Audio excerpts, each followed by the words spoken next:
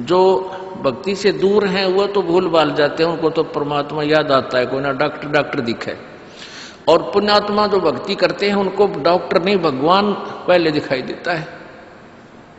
पुण्यात्मा, आपके प्रारब्ध में, आपके संस्कार में मृत्यु है और कैंसर से है, और वो होगी, नाम ले रखा आपने, और डॉक्टर ने भी डिक्लेयर कर दिया कि कैंसर है भाई।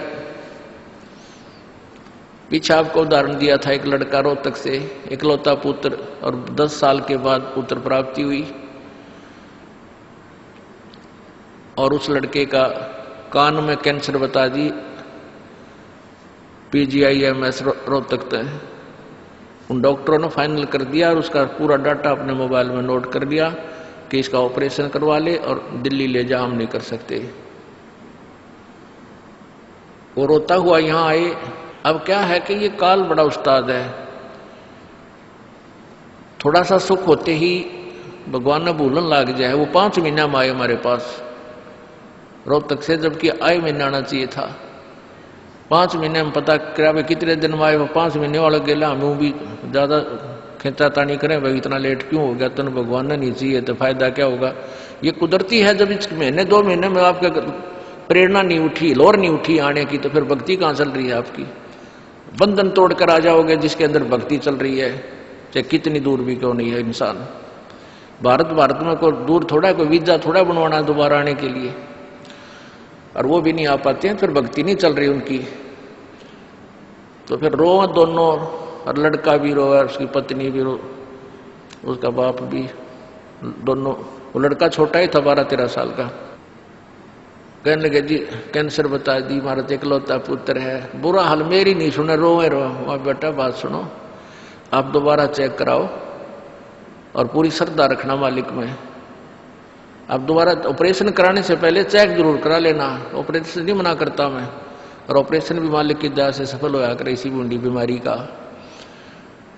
तो उनके यह बात जच गई, जानते डॉक्टर से कहा जी इसको ऐसे, वो रिपोर्ट दिखाई, और फिर कहा जी, वो डॉक्टर ने कहा अभी मैं दोबारा चेक कर लूंगा। मालिक प्रेरणा करता है कि एक बार चेक करना पड़ेगा, मैं ऑपरेशन करने से पहले चेकिंग फिर करूंगा। दोबारा चेक किया, उसने बताया इसका कोई कैंसर नहीं है, और कान की हड्डी बढ़ है, और 6 महीना में 1 बार दिखा जाइए, आप पर ठीक हो जाइए।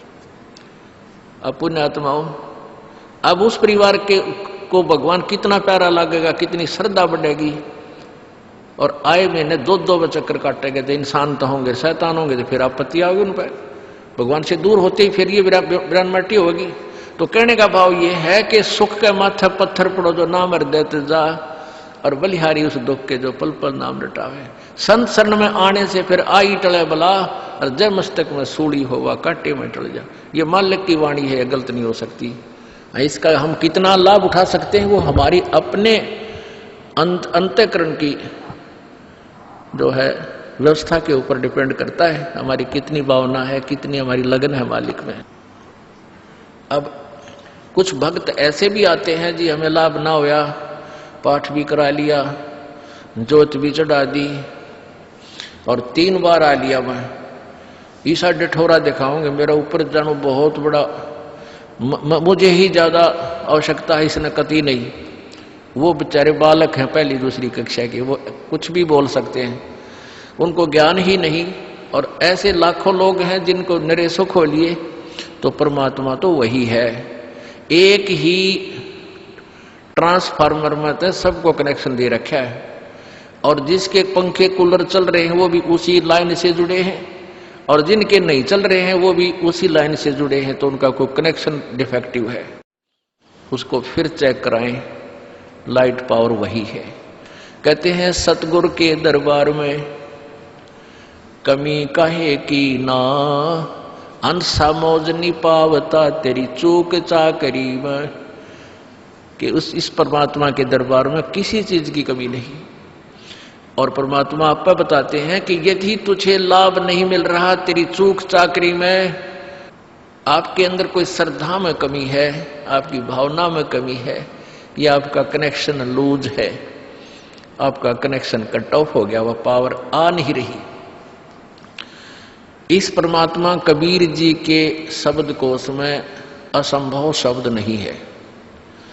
इस कबीर परमेश्वर की डिक्शनरी में इम्पॉसिबल वर्ड नहीं है, ये वो भगवान है। और फिर भी हम इससे लाभ नहीं प्राप्त कर पा रहे हैं, तो हमारी कोई क्रियाओं में, हमारी भावनाओं में त्रुटि है। और जब तक देखो, सीधी सी बात है, हमने हैंडपंप से जल लेना है तो पात्र को नीचे ही रखना पड़ेगा। तो सतगुरु के दरबार में आके आपको अधीन होना ही पड़ेगा। अधीन हुए बिना भगवान मदद नहीं करेगा।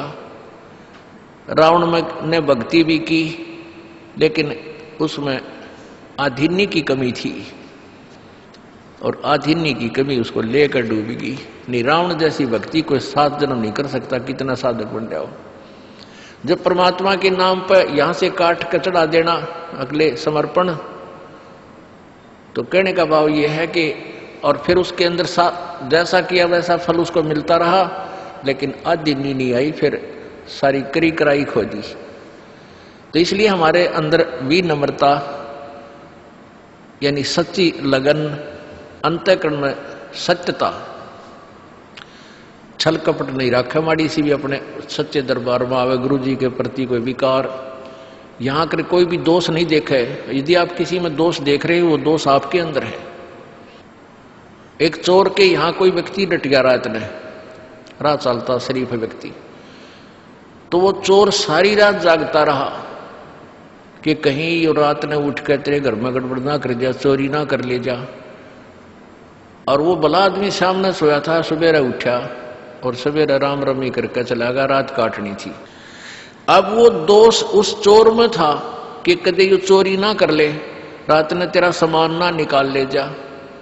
और वो भला आदमी चैन सो रहा, उसको लेना नहीं देना। तो ऐसे ही एक घर में चोर आ गया, रात रात चलता व्यक्ति था, वो था चोर, डट गया किसी के घर पे। उस भले व्यक्ति ने वो चोर ना दिखाई दे था, क्योंकि उसमें दोष नहीं था। उसने अपने घर में उसको रोका, गर्मी सर्दियों के दिन थे, वहीं जहां आप सारा परिवार सो रहा था वहां सो गया। रात ने उठ के उन्हीं के घर में चोरी करके चोर जाता रहा। अब वो भले आदमी के मन में दोष नहीं था, वो ना जागया, क्योंकि उसने अपने जैसा दिखा था। और वो भला आदमी उस चोर के घर डटिया, तो उस चोर ने वो भला आदमी भी चोर दिखाई देता, वो दोष उसके अंदर है। तो इसी प्रकार आप किसी अन्य में कोई दोष देख रहे हो, वो आपके अंदर उससे अधिक मिलेगा। ये टटोल कर देख लेना। जब आपके अंदर कोई दोष है नहीं, तो आपको दूसरे में दिखे को ना। ये एक अपना दर्पण है अपने अंदर के विकार देखने का।